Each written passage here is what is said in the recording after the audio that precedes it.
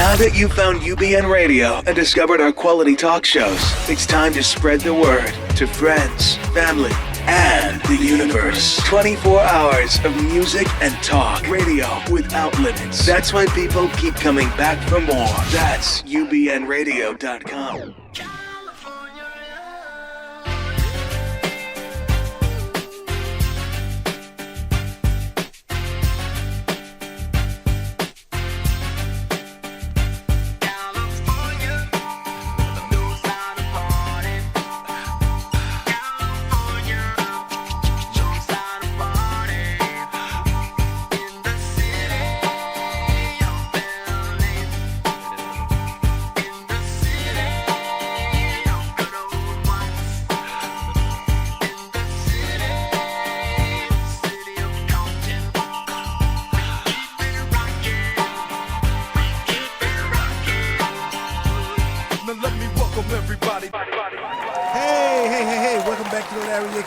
Show. This is me standing. I made a mistake. Said I was standing. No, I'm sitting. But that means I'm standing in the spirit of who I am. You know. Hey. Thanks for coming back.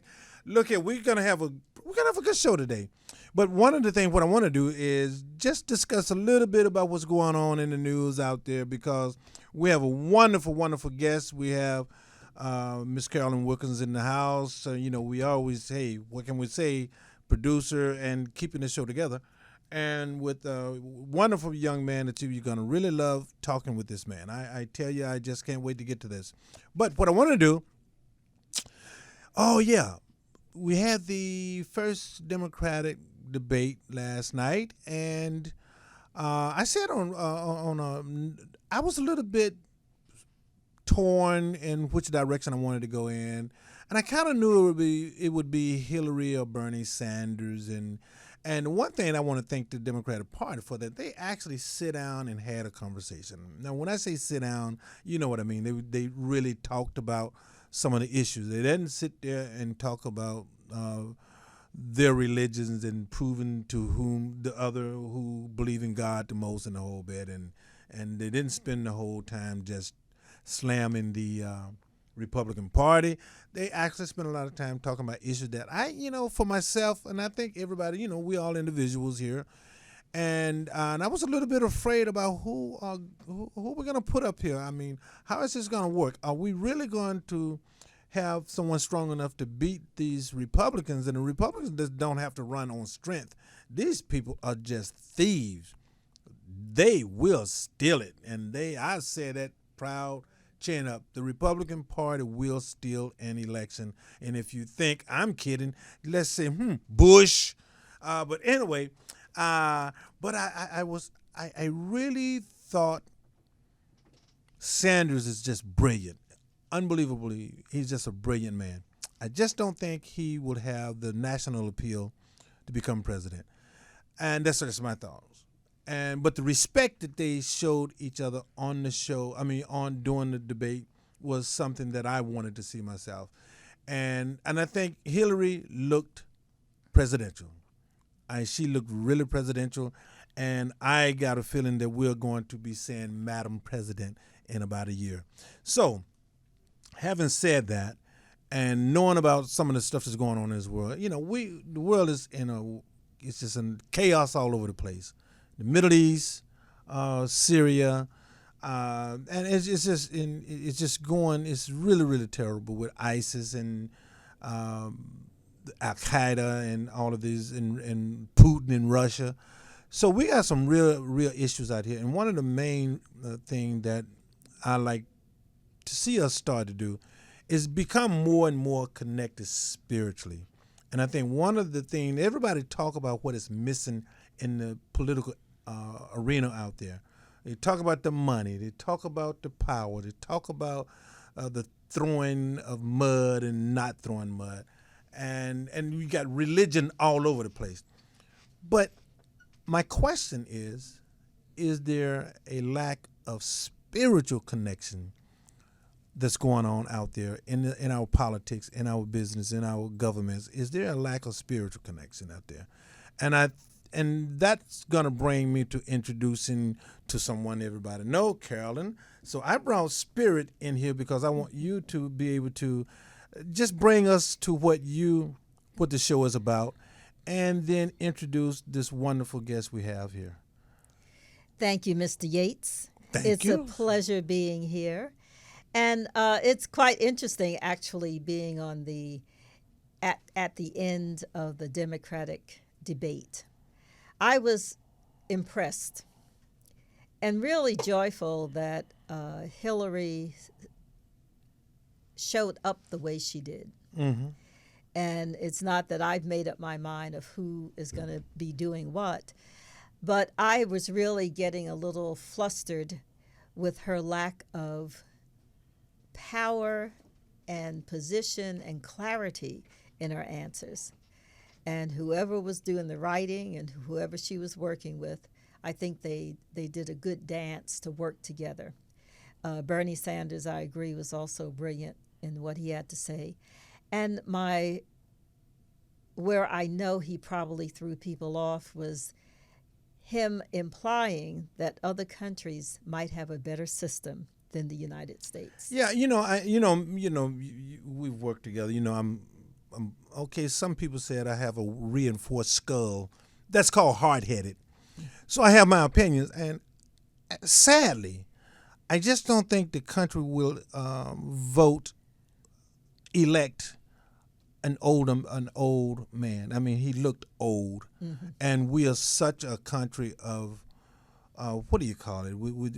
Youth oriented. We're youth oriented, and that we don't appreciate it. And if you don't have that image, we're image driven. That's what I'm trying to say. Yes. And one of the things that hurt McCain is when he was standing next to a tall, slim, good-looking African American Barack Obama and super duper intelligent. Mm-hmm. He looked like an old man, and Yes. that really, really hurt him. Mm-hmm. And sadly, with someone that of Bernie Sanders' integrity, his level of intelligence, Mm-hmm. and this is where the consciousness of the country is. It's a sad statement, but I have to tell us, this is one of our problems, is that a man that is this intelligent, that has this much He's an elder statesman. eldest, a great word And for it. as a result, if we were a country that was honoring That's what the I'm trying elders, to say. then he would be seen as really the best choice Yes, because of his wisdom, his time, his and integrity knowledge, that he yes, showed. his And I integrity, think yes. when he and I think everybody agree with this when he did the I'm tired of the damn email. Yes. I mean his ratings just skyrocketed, and he his raised money. his Yes. money. I look at the bottom line. Yeah, I tell you. So tell us a little bit about the show today. Well, the show today is going to be focused on a project that comes up every 5 years. It's called the Parliament of World Religions. And I have had the honor of being involved with the Parliament since 1999, but it started in 1898. And they've come together at different times. Interfaith groups and leaders and activists from around the world have come together. In 99, I was in Cape Town, South Africa, at the Parliament of World Religions, and had the opportunity and honor, really, of being with Nelson Mandela. He was the keynote speaker there. 5 years from there, they were in Spain. Following that, they were in Australia in 2009. Correct me if I'm wrong, but you also got to work with Mahatma Gandhi's granddaughter? Yes. Was that the same program? Another program. Oh, it's but another But that program. was in Okay. South Africa, yes. Okay. Also in South Africa. And then they were in Australia in 2009. And the next 5-year event was supposed to be scheduled for Geneva. And they wound up having some political, economic challenges in the environment with the euro and other things, and wound up doing it in Salt Lake City. So the program runs from the 15th of October until October 19th in Salt Lake. It's going to be at the Convention Center. And the focus is it's an amazing lineup. We have Nobel Peace Laureates, religious leaders, global thinkers, and interfaith activists. And they're coming together to reclaim the heart of humanity, which is what I think we're talking about from a political standpoint. And the speakers are going to be focused on 3 critical issues: climate change and care for creation, income inequality and wasteful consumption, and then the third is war, violence, and hate speech. So it'll be a powerful coming together. They have 2 plenaries each day, and which are the general session gatherings for everybody to come together. They're anticipating anywhere from 8 to 10,000 people coming together. So it's a Wow. large crowd. That's a crowd. It's a crowd from all over the world. You know, to come together for something that meaningful is absolutely Yes. remarkable, because it's not like a dance or concert that just for the enjoyment of football music game. or Yes, football right. game, Yes. and to come together for a consciousness, a spiritual consciousness. Yes. And I think that says a lot of the direction of the spirit of where human beings are going now, Yes. as a civilization. And this is I think it's very powerful. Yes. Some of the keynote speakers include Dr. Jane Goodall, who Oh, we really? know from her humanitarian work, Dr. Karen Armstrong, who started a program on compassion. There are Rabbi David Saperstein, Chief Arvo Lookinghorse, Michael Bernard Beckwith, Marianne Williamson. And they're just people from all over the world who have esteemed positions and voices for the world. The Dalai Lama was actually scheduled, but he is ill and is really? sending a message. So we're all holding him in prayer. But some major speakers from around the world, and some of the people that are coming besides myself, it brings me to our guest, who is Dr. Chiwoza, who is from the University of Malawi in Africa, and he is an assistant professor for the College of Medicine. So we're very happy to have him here, and he is in the LA area because he's flown all the way from Malawi to attend the Parliament of World Religions, but thought he'd stop by first and visit some friends and some of the organizations that he has touched base with. And I also want to say before we start, some of you may have heard Brother Ishmael Tete from Ghana. Yes. And Dr. Chiwoza and I both study and are friends with Brother Ishmael. So I welcome you here today. I'm so happy you're here. Yes. And he's going to be one of the people who's a part of this parliament. And it's part of the beauty of what we do at the parliament is we come together from all over the world and exchange information, culture, food, and ideas. The global family. Yes. Oh, give us some applause here. We got to now. Okay, doctor, I'm not from America. I'm from Mississippi, and I can hardly pronounce the name of myself. So, you or Carolyn is going to have to coach me into pronouncing your name. How do I do that? Well, firstly, thank you for having me. It's great to be here. It's Chiwoza. Chiwoza. Like cheer. Che. Chiwoza. Chiwoza. Correct. Hey, Professor Yates got a Chiwoza. Professor Chiwoza. Hey, welcome here, Professor. And how do you feel? I mean, I know this is not your first time being in America, but with the mood of the country and what you're feeling, because you're a very wise man, and the energy that you're picking up and moving forward to this conference that you're going to, how do you feel about that? Well, I feel very, very, very good and very optimistic. I think there is generally an optimistic mood, I think. And with regard to what you were talking about earlier, I think things are certainly, there's a lot of hope and excitement. that I sense. But also in terms of going to the Parliament of World Religions itself, I think it is an incredible opportunity for the coming together of different faiths to actually show. I don't think we have fully appreciated or fully seen the power of people of different faiths coming together and having an impact on the world. Well, that's very powerful. I mean, because generally most of the time you see people of different faiths carving out their corners and throwing dots at each other, and I'm the right one and you're the wrong one.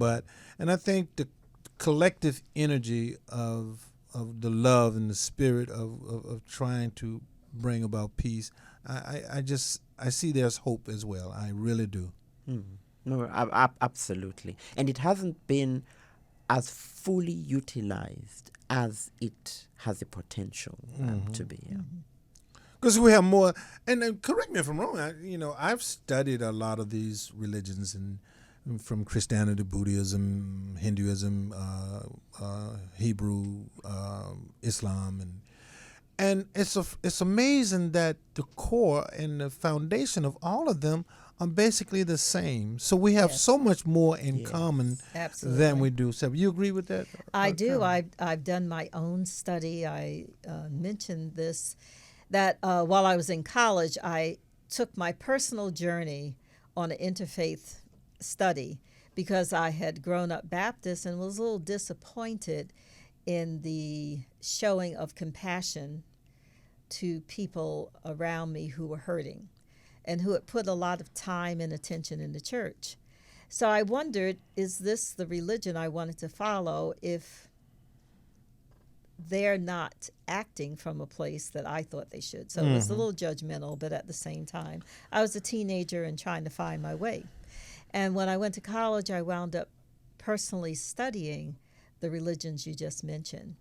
And from studying their sacred texts and reading excerpts of how they were interpreted, I came to the conclusion that they all had the same basic tenets, which include my top 5, which is everyone believes in a higher power. They call it God, they call it Allah, Jehovah, what they call it, they have a name, but it's all a higher power beyond them. Secondly, one of the most important premises is love and connection. So everyone believes in love, whether they act on it or not, but that's what is written in the text. Everyone believes in prayer or a communication with that higher presence. Some form of it. Some form of it. Some form of it. And it's a form of connection. Yes. Because some people may not call it prayer. Well, I'm saying this was Carolyn's interpretation. It was a version of prayer that everyone seemed to have, of a way of communicating with that presence. And then they all had a system of where they taught the word to people. And that's where I saw the breakdown. It was the hierarchy of the organization, whether it was the Catholicism or Judaism or Islam. The difference came in how they taught the word versus the actual word. So I saw that as a disparity. So you saw more preaching than action. More preaching than action. And I said if they had stayed true to the text, they would have been better. But it kept me out of church for about 10 years. I did not go to church for many years. But I actually wound up, when I look back, being in the Church of Nature.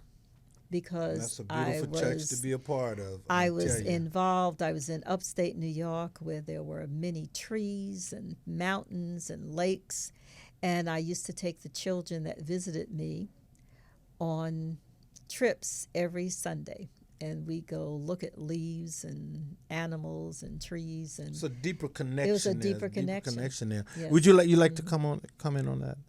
Well, I think yes. Basically, to say that it is indeed great. There is so much that we don't fully appreciate of the awesomeness, the wonder, the mystery. And I think if we allow the that mystery, the awesomeness of life, to express through us. I think that plays an important thing. But I think we tried so much, I find, and where the hierarchies that Caroline was talking about come in, is to really try and control, and package what is mysterious and awesome, Yes. and expresses individually. Yeah, I think that the 800-pound gorilla in the room with religion now is money. And so much money has infiltrated the religion, the beauty of this religion. And when I say beauty of the religion, I'm talking about all of them: Islam, the major ones, because I don't know all religions, so I can't say there's beauty in all religions because I don't know all religions. So those that I don't name, that's only because I really don't know, and I don't want to speak about something I don't know. But when you talk about Hinduism, you talk about Buddhism, you talk about Christianity, you talk about Islam and Judaism, there's so much beauty in all of these, at the root of these religions. But now with power, and I think it's as I remember best, going back around the 10th, I think around 1035, when the first crusade happened, when the Christian went in to take out the Jews and the Muslims, and it was then it became a land grab. It just became so land grab and things. And I'm not saying that is the cause of all of it branching out, but now it has become so corrupt about power and money that we forget the beauty that is in all of these major religions that I just. Well, corruption is not new. No, it There's isn't. not a story in the Bible that does not go to the corruption of the king and the money and the those who were in the temple and how That's Jesus true. overthrew it. So money and power has always been a part of our living. So this conference is something that can appeal to those that has a religious belief and those that don't. Exactly, because it's not just religious bent. It is coming together of world religions, but there are also activists there from around the world. There are people who want a message given and want to hear a message.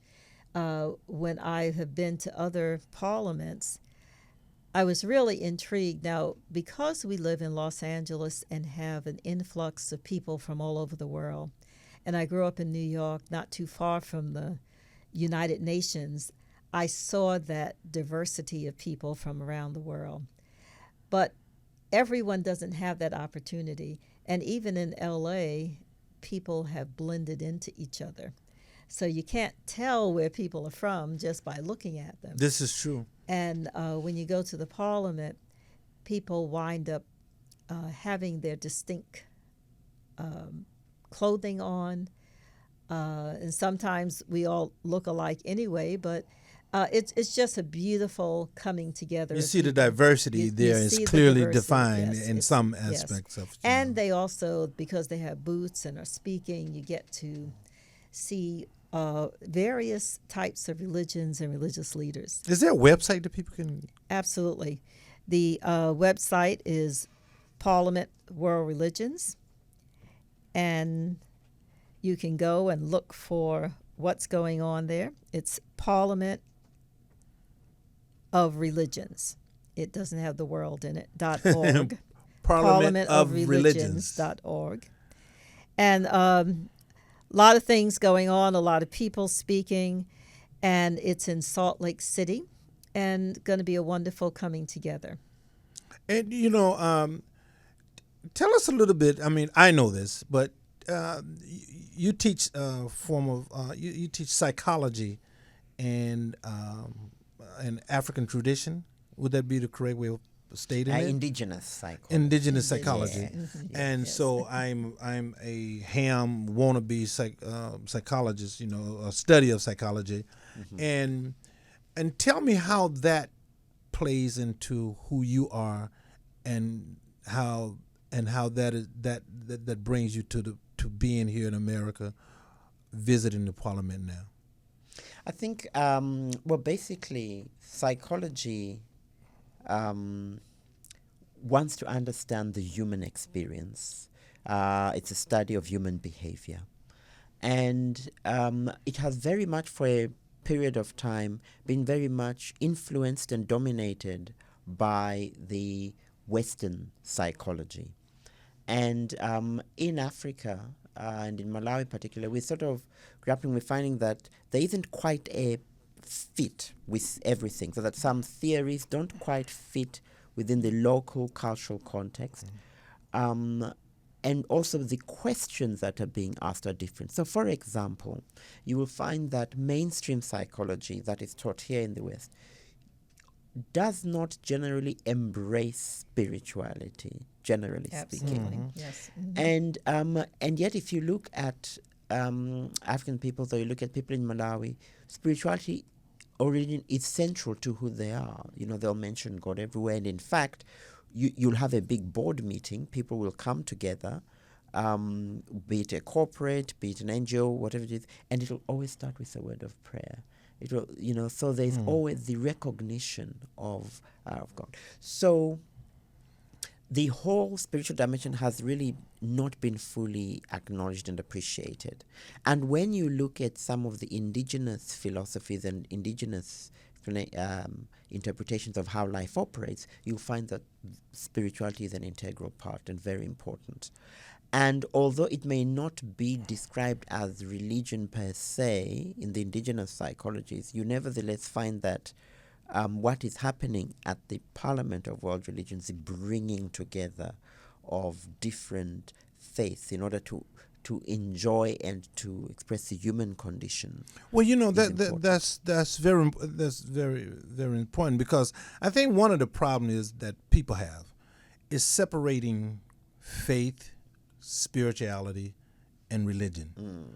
And so most people think that they're all the same. Yeah. And therefore they all think that is religion, and then instead of coming in to enjoy the coming together of all of these different faiths and feeling that because they're not of a particular religion, then I can't participate. So Carolyn, talk to us about the difference in faith, religion, and spirituality, or do you see the difference? I absolutely do. And there's another word I'll throw in, which is belief. Oh, okay. And you're working on a project called I am working on a project, and I'll move into that when I answer that question about faith, which is what we have in something. It's a sense of hope and understanding outside of ourselves. So when we speak about faith, we're recognizing that there is either an internal presence or something outside of ourselves, whether it is a religious step or not, that we have a belief in. And we have a strong, not only because faith also implies commitment. It's not just believing, but that you are willing to commit yourself, your life, sometimes your family, when you are faithful. Religion is practices that we have that follow the tenets of a certain type of organization, religious teachings. So religion is really more about how information is taught and practiced in a culture, in an environment, and in an area. And then the other thing you asked me about was spirituality. And I love to talk about spirituality because it's what I call the free part of what we do. Spirituality is just a given. It is our connection with what Chiwoza said earlier, that part of us that is the awe and wonder, the mystery of the world. So spirituality is our journey of the mysteries of life. Oh, wow. It's funny. I love that. I love that because as I see, because this hour's gonna go by so fast, and I say that all the time. But as I see it, religion tears groups apart. Faith. It doesn't have to. I know it doesn't have to, Yes. but it does. In so many ways, it tears us apart. Faith put us back together, and spirit heals us. Mm-hmm. Doctor, would you like to speak on that? Yes, well, I mean, that is very beautifully put. There's a wonderful saying that I found at the Syrian mission in Ghana. We spoke of Brother Ishmael Tete earlier. And on the wall of the church, there's a saying that says, there's only one religion whose name is truth and whose message is love. And I thought, Oh, wow. that's quite Say that profound. again. I like that. There is only one religion whose name is truth and whose message is love. And I gotta ask you a question. I'm sharing this because I've called a few of my friends, and some of you that is watching this show asked me to bring this up as well. I won't call your names, but anyway, me studying a little bit of psychology and getting life coaching certificates and all that kind of stuff. But you told me something that just blew me away, the difference in Western psychology, which ties into faith, spirit, and the lack of religion, but the power of love. And you were telling me the difference is, let me see, that Western psychology, I think, therefore I am. And so would you expound on that? Okay, so yes, it comes from a African philosophy called Umuntu or Ubuntu. And I have the book he wrote that says Umuntu. Yes, yeah, practical Ubuntu. But go ahead, please. Yeah, so it comes from that philosophy, and basically it's about the collective consciousness of the people. So, whereas in the West you say, I think, therefore I am, what Ubuntu is saying is that I am because you are. And because you are, therefore I am. So my identity as a person is because of you. And your identity is because of me. It is similar to what I believe Martin Luther King said, is that I cannot be the best that I can be until you are the best that you can be. It's his philosophy of the beloved community, that we're all connected. Yes. And that unless we honor that, we can't move forward. I tell you why that, and going back to what you were saying, Carolyn, about nature, and I thought that was so beautifully put, that you would go with the kids and see the leaves and the trees. And when you say I am because you are, see, I can go to the tree and say that, and it'd be the religion of truth that you said. I can go to the water and I can say that, and it's this in that power, the power of that relationship that becomes the religion that you call truth. And then that causes us to respect everybody and everything in its place. Yes, exactly. And then it expresses and manifests itself in the way we treat one another. Yes. In our relationship with each other, the respect and the dignity. That if I offend you or I do something to harm you, I'm actually doing the same to myself. Well, that really backs into this discussion on belief. And I know we're only going to have a few minutes Yes, to do it, because this is... but I have been working on the project with Values Partnership, which is working with the OWN Network. And Oprah Winfrey is doing a project called Belief. It's going to be launched October 18th, this coming Sunday, through October 24th on the OWN Network. And it is one of the most beautiful series of documentaries I've ever seen. And it includes, she traveled to 33 countries, and grasp the stories of many, many people who were on a journey of finding their own truth, their own faith, and what they were committed to. In other words, their belief, what they could believe in. You got to meet Oprah working I on this did. I project, absolutely did, and it's Okay, been I'm quite a blessing. jealous. I wasn't going to bring that up. No, but, I ain't bring it up because my therapist told me whenever I'm jealous, just okay. get it out there.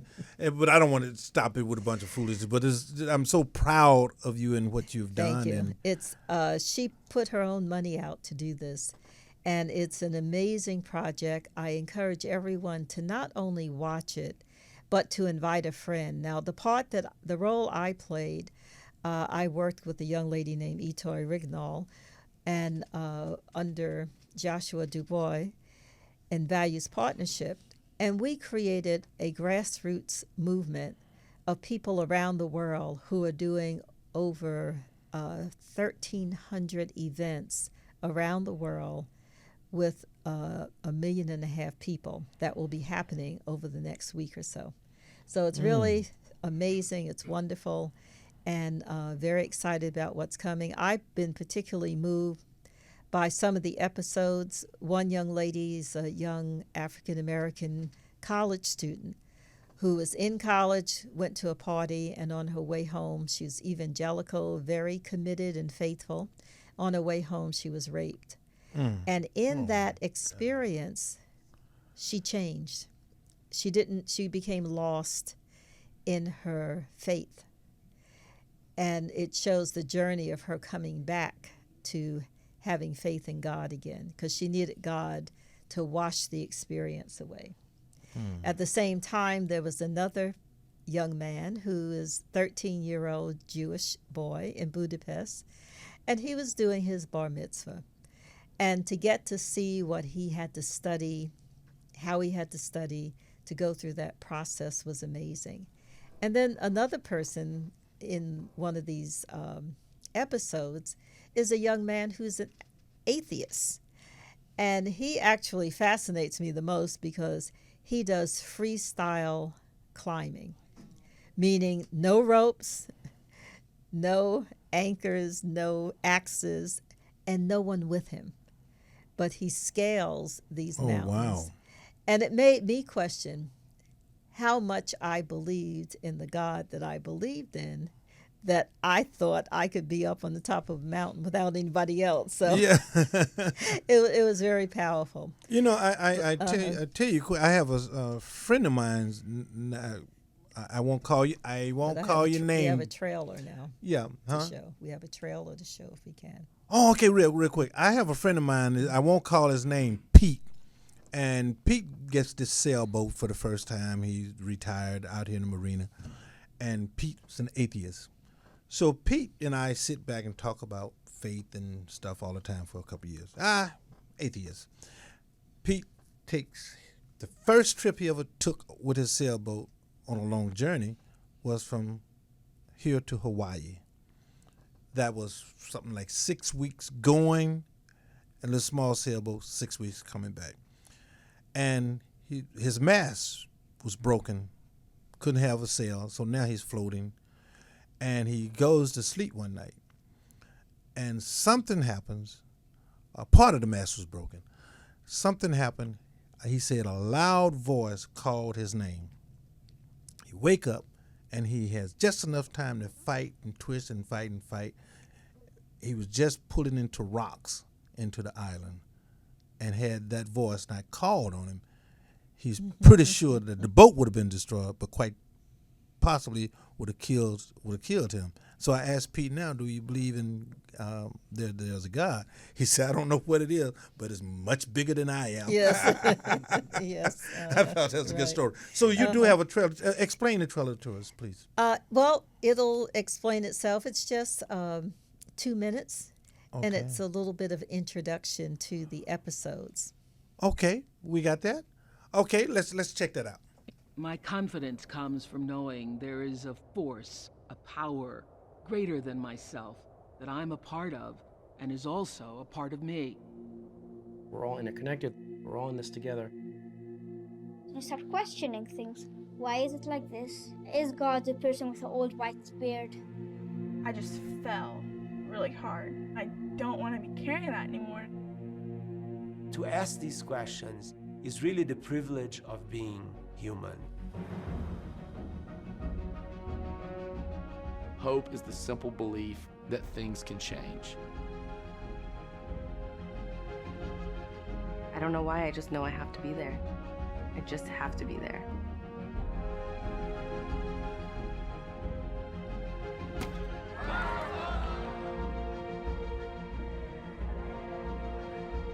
I believe in the things that I see and touch and hear.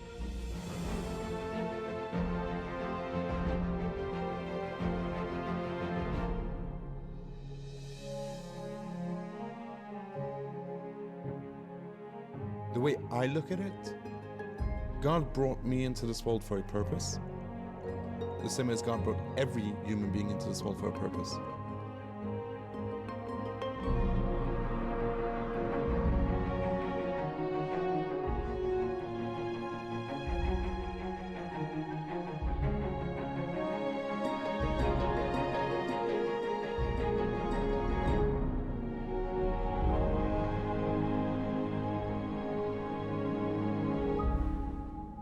It's up to you to believe.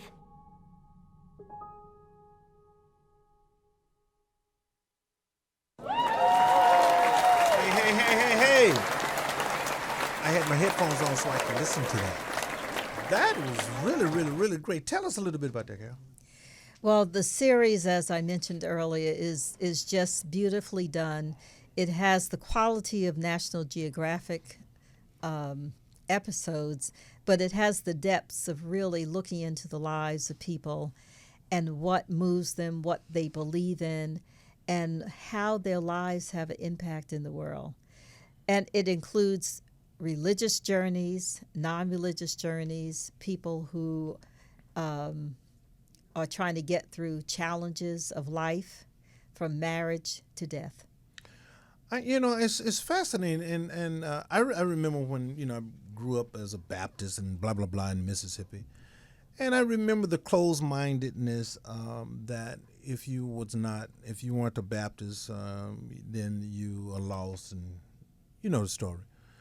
But I'm so happy in my life that I've gotten to the point that if you are a non-believer, it's okay. If you're a Muslim, it's okay. And I think what you guys are doing is bringing together people and saying it's okay to come as who you are, to be who you are. Well, the program of belief is set up with an intention of not just watching it, but to watch it with someone you don't know, or even someone you know, because we so seldom have conversations about what our beliefs are. Mm-hmm. We may live together for 30 years and still not know each other. In fact, as I've gone through the journey of watching these, I think about my family members, of how often we have the conversations about the deeper things in life, and that doesn't always happen. So I encourage you to watch this, not only watch it, but to engage in conversation with people, and you'll gain something from it. I spent the last 4 months working with people around the world, helping them to create groups and viewings together, dinner dialogues. And all of them are active.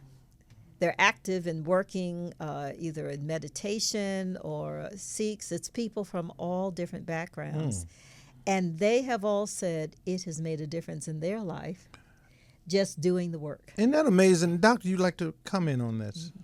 Well, yes, and comes back to what we were talking about earlier about Ubuntu, that we're all, Archbishop Desmond Tutu said, we're all tied together in a bundle of life. And we really are. And your journey, actually, and hearing about your journey enriches my journey. I love that concept. Now, it's called Ubuntu.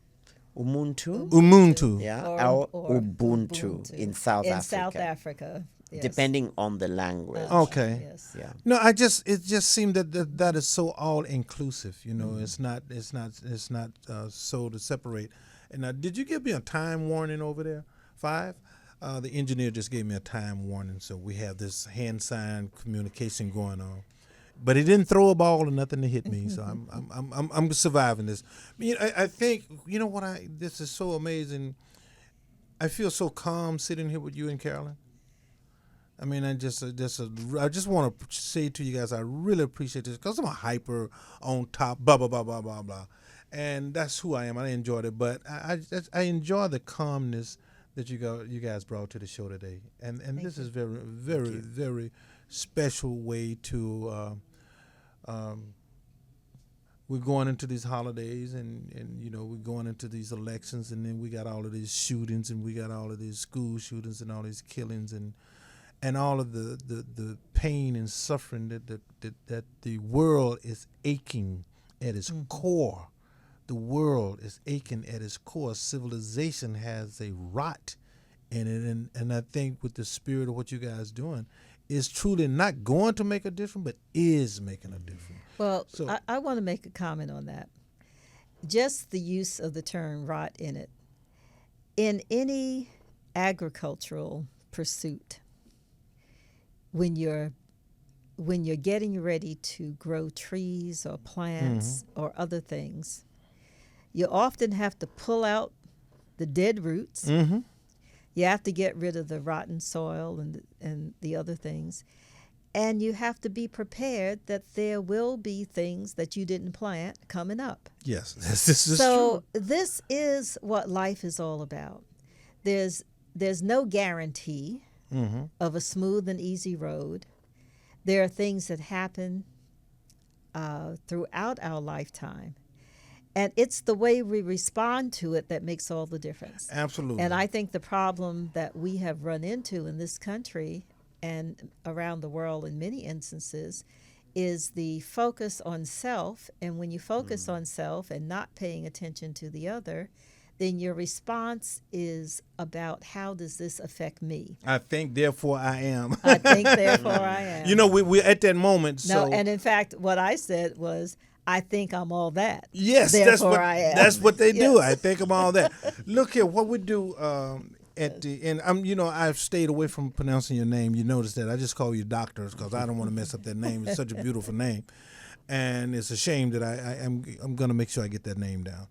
But we end the show with giving the guests an opportunity to just give us a few words of wisdom. We have just a short amount of time, so give us a few words of wisdom to the audience to say goodbye to. Well, thank you very much. It's been great being here. Basically, enjoy the mystery and the wonder of life, and that as you go into the mystery and the wonder of life, know that it is as you interact with other people that mystery and that wonder is fed and is enhanced.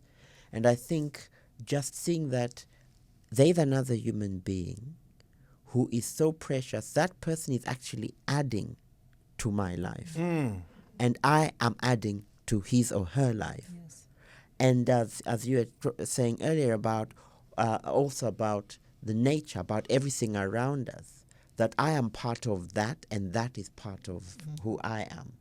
And that is what makes that whole so beautiful. Thank you for that. Thank you for that. So, Carolyn, you got to give us a couple wonderful words of wisdom. Well, I am delighted to be a part of this belief program and to be attending the Parliament of World Religions. Be glad to come back and share the thoughts and the feelings. But I also want to say I had the opportunity to do a service for one of my closest dear friends, Alnita Yvonne Trammell. Yes. And I want to have prayers for her family because she made her transition several weeks ago. But what I know from doing the service and for being with the people in her life is the powerful presence she was of love. She was the epitome of what we talk about, of being a giver of love. And what was so phenomenal during the service was everyone knew. They gave her love back and they knew of her love. So often people live their life and they don't get a chance to give all they want to give or be all they want to be. And I can tell you for sure, Alnita lived life fully in the mystery and awe, as well as being a proponent of love and peace. Well, thank you for that. You know, I loved Alnita. That I used to call her All Nita. But how are you doing after this? I'm doing great because she's reminded me to be love everywhere. She was love in the hospital when she was the sickest. She still said, and this is what was so profound, every person that came to work with her, to support her, she said thank you. And she found out their name. Well, thank you. So thank you for having sharing. that recognition is what we are all looking for. Thank you. Thank you so much, Dr. Carolyn. This has been so wonderful. You guys have brought a little peace to me because I'm normally hyped up. But anyway, I know our time is up. But this is my belief, and I think religion rips us apart. And faith brings us together for the possibilities, and the spirit of who we are helps to heal us. Remember, a nation can rise no higher than it can elevate this woman. I've said it 1,000 times, now I mess it up. A nation can rise no higher than it elevates this woman. I just feel so good. Thank you so much. See you next week.